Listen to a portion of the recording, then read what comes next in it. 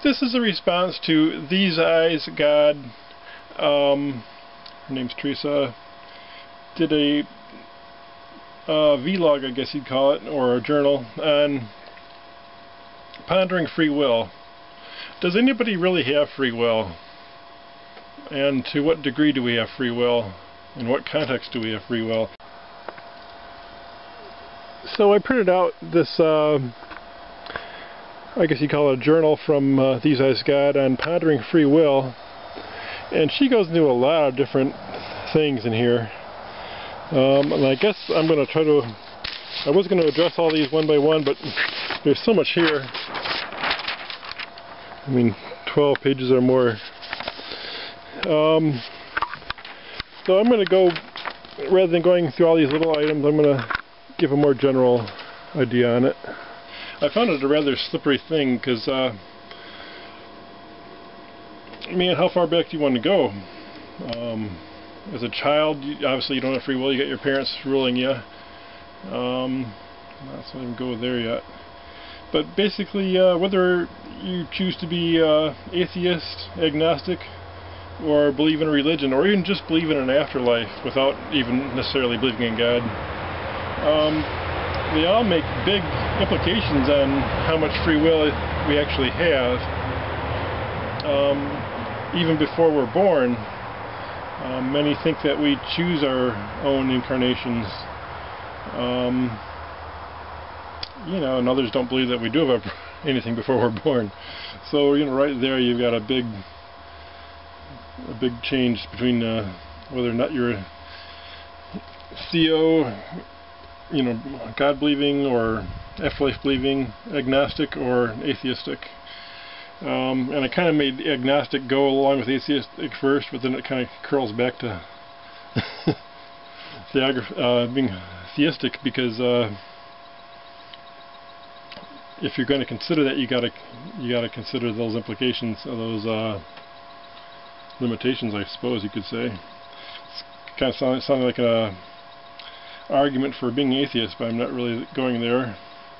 But the atheistic approach is more cut and dried. You've got laws and rights, you know, and that's basically it. You know, the libertarian idea of the end of you to swing your fist, it ends at the tip of my nose, or something like that, however that goes. But people can argue that they're ethical, not because of religion, but they're ethical out of reason. They reason to be not evil. They reason to be good. So you don't need religion for that.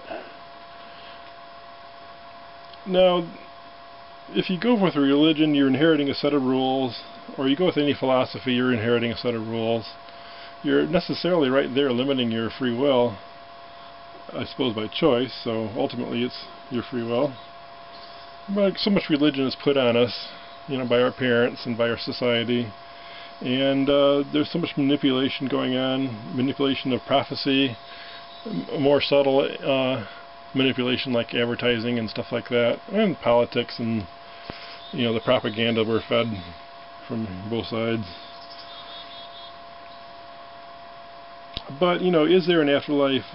Is there karma or sin? That all affects your outlook on free will as well. Does God exist? Does it have to exist for there to be an afterlife? I don't necessarily agree there does have to be. I don't think that anybody of us really has their... I think the God concept itself is so varied that I don't think anybody's got a true understanding on that. That's just my opinion, of course. So, and like I said, you probably don't need a God for there to be other planes and heavens and an afterlife. Not necessarily, or not necessarily that particular concept of God is. God is a concept of someone on a throne who's got his own persona. I don't necessarily know if the ultimate God is that. Anyway, free will versus discipline. In my opinion, there's a time for each. If you're going to learn a new skill, then you really can't have your free will to just float around and do what you want. You got to obey the master of that skill to learn it, you've got to sacrifice your free will for a moment and try to go their way and figure out what they're doing. The same thing as someone's a monk going into a temple. You're not going to go out there to be the rebel. You're going there to take the austerities and live the life there, and that's how you learn that experience. Whether or not there's any value to that. So there's a time for each. You definitely don't want to be on someone else's game plan your whole life. There was a master called, his name was George King, and maybe he was just trying to get adherence from his followers, but one example he presented, and I can't remember the name of the two dogs, but he had two dogs, and one we'll call Sadie, the other one we'll call, I don't know, Sprite or something. Anyway, the one dog, it was a real free will. Open the door, he's out, and he's all over the place. The other dog was totally obedient. It would sit, it would stay, it would, follow all his rules and suggestions. Well, as a result, the dog who obeyed everything actually ended up with more freedom, because he couldn't take the free will dog anywhere. That dog would run off or cause trouble. Where the other well-behaved, well-mannered, trained dog, he could take her anywhere. And he knew that she was going to behave and not cause a problem.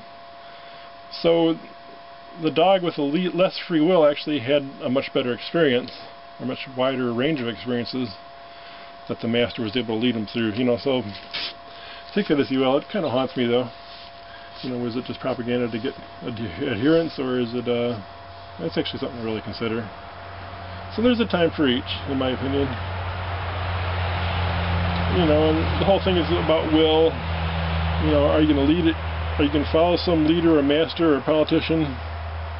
Or are you going to lead yourself? And if you're going to lead yourself, are you going to lead yourself by a set of rules, either that you've made up or that you've garnered from some other place?